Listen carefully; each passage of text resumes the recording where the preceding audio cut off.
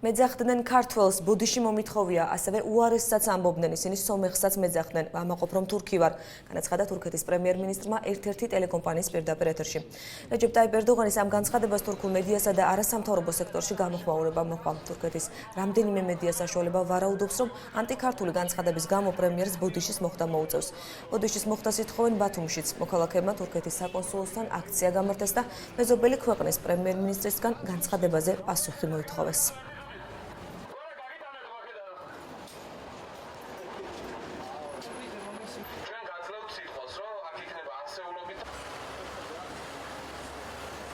Gürcüdür diyen oldu. Çıktı bir tanesi affedersin çok daha çirkin şeylerle Ermeni diyen oldu.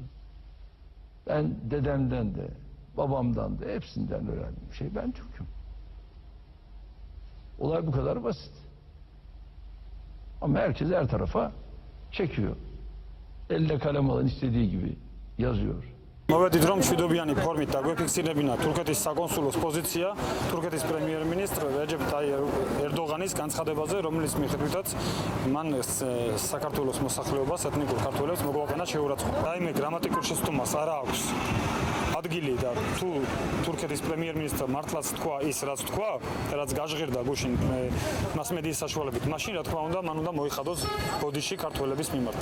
იყო გამოსული ერთ-ერთი წარმომადგენელი, ვერ გეტყვით მის სახელს და გვარს, მაგრამ განაცხადა რომ თქვენ ხართ მართლები.